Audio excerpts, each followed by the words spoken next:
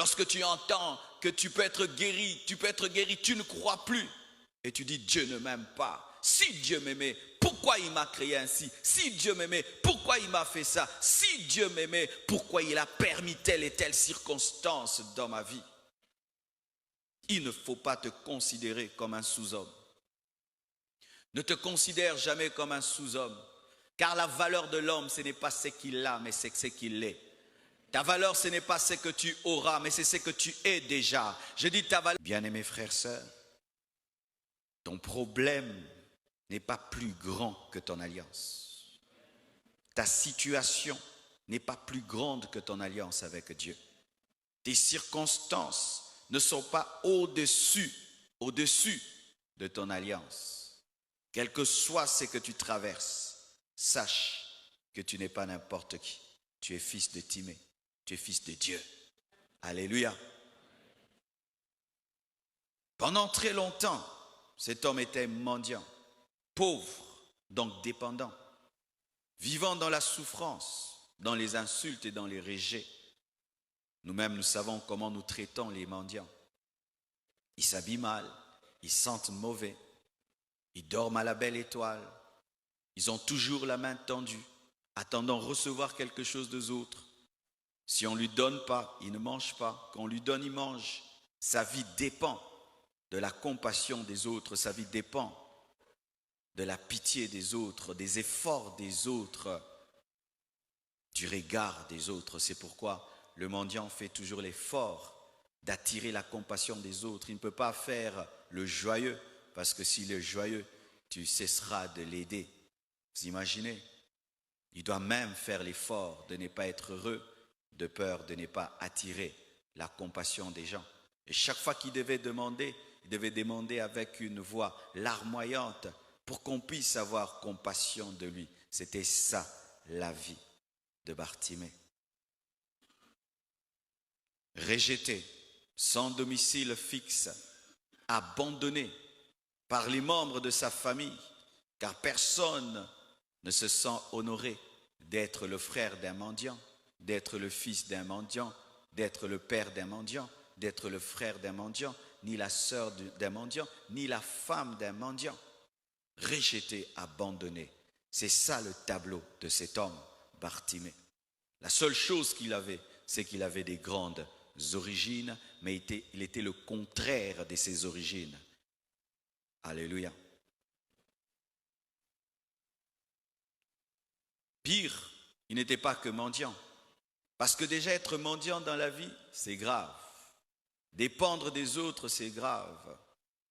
Être pauvre, sans vêtements, sans logis, c'est déjà grave. Mais cet homme n'avait pas seulement ce problème de mendicité, car il y a des mendiants qui sont en bonne santé, des mendiants qui voient, qui entendent, qui parlent.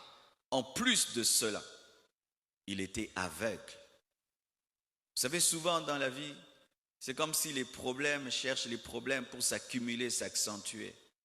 Tu as un problème et tu penses que tu vas le résoudre, un autre s'ajoute, et puis un autre s'ajoute, un autre s'ajoute. C'était ça, Bartimée, une accumulation de problèmes. Il a un problème social, il a un problème financier, mais pire encore, il a un problème physique. Il ne voit pas. Il ne voit pas. Il ne voit pas le soleil, il ne voit pas le jour.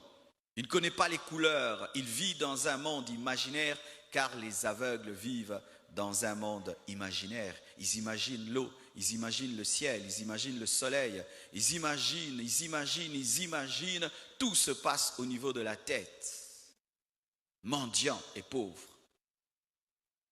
Mendiant et aveugle. Aveugle et mendiant. Une concentration. Souvent, humainement, mes frères et sœurs, lorsque nous passons par un moment difficile, et nous disons souvent, j'ai trop souffert, c'est sûr que après ça prendra fin. Et des fois, tu es au bout de toi-même et tu te dis, Dieu a vu, ça va passer. Mais après, quelque chose encore de pire arrive. C'est comme si un chaos qui t'est donné, mendiant, mais encore aveugle. Comme si destiné à rester là, comme si puni par la vie, à demeurer là, habitant le coin de la rue. Problème sur problème, difficulté sur difficulté. Et que faire? Je suis sûr que des fois, Bartimée se posait des questions. Il disait, pourquoi moi? Qu'est-ce que j'ai fait à Dieu? Qu'est-ce que je fais? Parce que Bartimée ne s'est pas créé aveugle. Il s'est retrouvé aveugle. Qu'est-ce que j'ai fait à Dieu pour être un aveugle? Qu'est-ce que j'ai fait à Dieu pour mériter ça? Quel est le péché que j'ai commis pour être ce que je suis? Pourquoi, entre guillemets, cette injustice divine? Des fois, tu regardes ta vie, tu penses que c'est une injustice de Dieu. Tu penses que Dieu a aimé les autres et il t'a haï toi. Tu penses que Dieu a préféré les autres et a haï toi. Je crois que des fois, Bartimée confessait des péchés qu'il n'avait pas commis. Car des fois, la souffrance nous pousse à confesser des péchés qu'on n'a pas commis. Peut-être que c'est un péché et tu confesses. Et tu peux même commencer à confesser les péchés de tes parents, confesser les péchés de tes arrière-grands-parents. Tu peux commencer à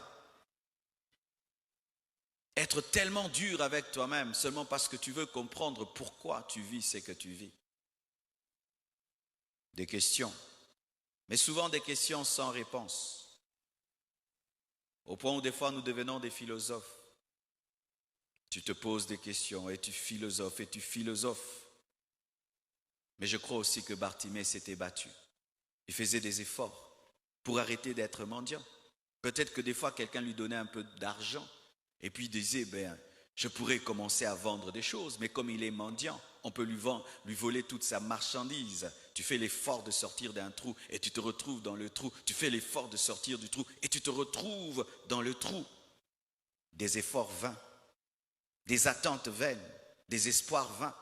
Je crois que lorsqu'il tendait sa main, il se disait qu'un jour quelqu'un va me donner des millions et ça va changer ma vie. Peut-être quelqu'un va me donner quelque chose de tellement important et ça va changer ma vie. Mais il tendait la main, une pièce d'or, une petite pièce. Il tend la main, peut-être un pain. Il tend la main. Des fois les gens donnent des pierres, du papier. Comme il est aveugle, les enfants même peuvent s'amuser à lui donner n'importe quoi. Mais il continue à espérer. Un jour quand je tendrai ma main, quelqu'un va me donner quelque chose d'important. Et il y a des gens comme ça. Jour après jour, tu te réveilles avec l'espoir que ma vie va changer. Aujourd'hui, ma vie va changer. Et tu te rendors toujours la même personne. Aujourd'hui, ma vie va changer. Tu te rendors la même personne. Aujourd'hui, ma vie va changer. Et tu te rendors toujours au même endroit. C'était ça, la vie de Bartimée. Une espérance après une autre, espérant que quelqu'un prendra soin de lui, l'aimera tellement pour changer sa vie. Peut-être même qu'un médecin pouvait passer par là et lui dire, Bartimée, j'ai trouvé une solution miracle qui peut t'ouvrir les yeux. Mais rien de tout cela n'est arrivé. Que faire lorsque tous tes efforts sont vains? Que faire lorsque tes attentes sont vaines? Lorsque ton espoir est vain? Que faire? Que faire? Bien-aimés frères et sœurs, pour lui, il n'y avait plus rien à faire. Il devait continuer à mendier, continuer à demander, continuer et attendre la mort par un accident. Comme l'aveugle ne voit pas bien, un jour il peut tomber dans un trou, il peut tomber dans un feu. Et tout le monde attendait qu'un jour Bartimée puisse mourir. Tout le monde attendait la mort de Bartimée. Il mourra écrasé. Peut-être il sera tellement malade dans un coin et il ne saura pas aller à l'hôpital. Mais la mort va l'atteindre. Bientôt cet homme va mourir. Et tout le monde, regardant Bartimée, attendait une mauvaise fin.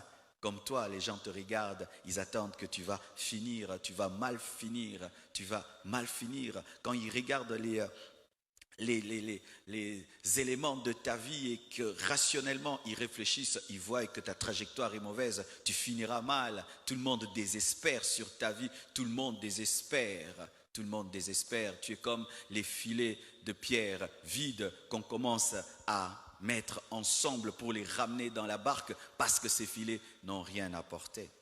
C'était ça dans la vie de Bartimée. Personne ne croyait en lui, personne n'espérait en lui. Que faire lorsqu'on ne peut plus rien faire? Que faire quand on a tout fait et que malgré cela rien n'a changé? Que faire lorsque la situation qu'on traverse ne bouge même pas? Que faire lorsque toutes les portes demeurent fermées, malgré tous tes efforts? Que faire lorsque l'impossible refuse de quitter ta vie? Lorsque l'impossible vient s'installer dans ta vie? L'impossible vient s'installer dans ta vie, car être aveugle, voir, c'était impossible. Que faire lorsque l'impossible vient élire domicile dans ta vie? Que faire lorsque tu as tout essayé et que tu as court d'idées, tu avais 1000 idées, tu as appliqué 1000 idées, mais rien n'a marché. Tu as court de force, tu as fait le maximum que tu puisses faire. Que faire? Que faire lorsque la nature te condamne à rester seul? Car il y a certains qui sont seuls. Vous savez, des fois, quand on est à l'église ici, on est assis les uns à côté des autres, nous pensons que tout le monde a des amis. Non. Il y a certains ici, quand on dit Amen, ils rentrent seuls à la maison. Et quand il va rentrer à la maison, personne ne va s'occuper de lui. Personne ne va lui dire, est-ce que tu es rentré? Pourquoi? Les gens trouvent qu'il ne vaut rien du tout. Que faire? Que faire lorsque la nature te condamne à être dépendant? La nature te condamne à être pauvre. Que faire? Bien-aimés frères et sœurs, voici ce qu'il ne faut pas faire. Avant de vous parler de ce que vous devez faire, j'aimerais vous dire ce que vous ne devez pas faire. Parce que dans cette situation, il y a des choses qu'il ne faut pas faire. Un jour, un de mes fils qui est à Bruxelles est venu ici. Alors il a commencé à visiter le chantier. Et après il m'a dit, mais pasteur, mais c'est dangereux. J'ai dit, qu'est-ce qui est dangereux? Mais ces barres de fer là. J'ai dit, quel danger? Mais non, mais pasteur, les gens peuvent se suicider. J'ai dit, quoi? Se suicider? Il dit, oui. En Europe, ça, jamais on peut laisser là. Quelqu'un peut se jeter et puis il meurt. C'est pourquoi chez eux, les hôtels, les fenêtres ne s'ouvrent pas totalement. Il y a même des hôtels où les fenêtres ne s'ouvrent jamais, surtout quand c'est en hauteur. Pourquoi? Les gens peuvent se tuer, ils peuvent se suicider. Que faire? Il ne faut pas perdre espoir. Ne perds jamais espoir. Alléluia. Ne perds jamais espoir. Ne perds jamais espoir. N'insulte jamais Dieu. Car des fois la douleur nous pousse à insulter Dieu, à dire que Dieu n'est pas bon, à ne plus espérer, à ne plus croire et te voir mourir mendiant, mourir pauvre, mourir aveugle, mourir ainsi. Tu ne crois plus. Et lorsque tu entends que tu peux être guéri, tu ne crois plus. Et tu dis, Dieu ne m'aime pas. Si Dieu m'aimait, pourquoi il m'a créé ainsi? Si Dieu m'aimait, pourquoi il m'a fait ça? Si Dieu m'aimait, pourquoi il a permis telle et telle circonstance dans ma vie? Il ne faut pas te considérer comme un sous-homme. Ne te considère jamais comme un sous-homme. Car la valeur de l'homme, ce n'est pas ce qu'il a, mais c'est ce qu'il est. Ta valeur, ce n'est pas ce que tu auras, mais c'est ce que tu es déjà. Je dis ta valeur, ce n'est pas ce que tu auras, mais c'est ce que tu es déjà. Tu n'auras pas plus de valeur lorsque tu auras un enfant, tu as déjà de la valeur maintenant. Tu n'auras pas plus de valeur lorsque tu vas te marier, tu as déjà de la valeur maintenant. Tu n'auras pas de la valeur lorsque tu auras beaucoup d'argent, tu as déjà de la valeur maintenant. Tu n'auras pas de la valeur lorsque tu seras connu, mais tu as déjà de la valeur maintenant. Pourquoi tu as de la valeur? Parce que tu es créé à l'image de Dieu et à sa ressemblance. Tu es fils de Timée, alléluia. Même si tu es une contradiction, tu es fils de Timée. Car j'ai oublié, Bar, c'est contraire. Amen. Hein? Ce n'est pas fils, mais c'est contraire. Donc, il était le contraire de son père Timée. Voici, mes frères et sœurs, il ne faut pas te suicider. Le suicide est une fuite. Le suicide, c'est de la lâcheté. Un homme qui se suicide fuit la vie. Il fuit le combat et il révèle au monde qu'il est faible. Beaucoup de gens disent quel courage, comment il a pu se suicider, quel courage de se jeter dans le feu, quel courage de se jeter dans l'eau. Non, quelle lâcheté de fuir une grande destinée. Bien-aimé, si Nelson Mandela s'était suicidé en prison. Est-ce qu'il serait devenu le président de l'Afrique du Sud? Si cet homme en prison, après tout ce qui lui est arrivé, car j'ai suivi un documentaire sur sa vie, ses enfants qui sont morts, sa femme et tous les problèmes qu'il a eu, si cet homme s'était suicidé, il serait passé à côté de la présidence. Ne te suicide pas. Continue à respirer. Alléluia. Ne te tue pas. Et certains se suicident autrement. Ce n'est pas qu'il prend un médicament pour se tuer, non. Il arrête de vivre dans sa tête. Il arrête. Ce sont ces personnes qui ne font que dormir et dormir et dormir. Bartimée, réveille-toi, va au coin pour demander. Non, aujourd'hui je n'irai pas au coin, je dors, je dors. C'est quand vous voyez un mendiant qui ne fait que dormir. D'ailleurs, il ne demande plus. Vous passez à côté de lui, il ne s'occupe plus de vous. Il attend la mort, mourir de famine. Il attend même qu'on puisse l'écraser. C'est quelqu'un qui s'est déjà suicidé. T'es-tu suicidé? Est-ce que ce qui t'arrive t'amène à te suicider? Te suicider socialement? Tu ne fréquentes plus personne. Tu ne vas plus vers quelqu'un. Tu ne cherches plus le travail. Tu ne cherches plus l'argent. Tu ne te bats plus dans la vie. Tu ne pries plus. Tu ne fais plus rien. Tu es mort. Tu respires mais tu es mort. Tu as arrêté de prier. Tu as arrêté de demander à Dieu. Tu as arrêté de chercher Dieu. Tu as arrêté. Tu t'es suicidé. Ne te suicide pas. Ne te suicide pas. Tant qu'il y a la vie, il y a de l'espérance. Tant qu'il y a la vie, il y a de l'espérance. Chaque nouveau jour est un espoir pour moi. Chaque jour que je me réveille, je dis aujourd'hui quelque chose va arriver. Chaque jour que je me lève, je dis Dieu m'a permis d'être vivant pour vivre une nouvelle opportunité. J'ai l'opportunité d'être vivant, donc Dieu a un plan. Et si je dors avec un bilan négatif, je m'attends que demain ça changera. Demain ça changera. Demain ça changera. Si ça fera 10 ans, je dirai toujours demain ça changera. Si ça fera 20 ans, je dirai toujours demain ça changera. Si ça fera 50 ans, je dirai toujours demain ça changera. Si ça fera 70 ans, je dirai toujours demain ça changera. Vaut mieux un lion, un chien vivant qu'un lion mort. Car le chien peut vivre le miracle de devenir un lion. Lorsqu'un lion est mort et il est moins qu'un chien.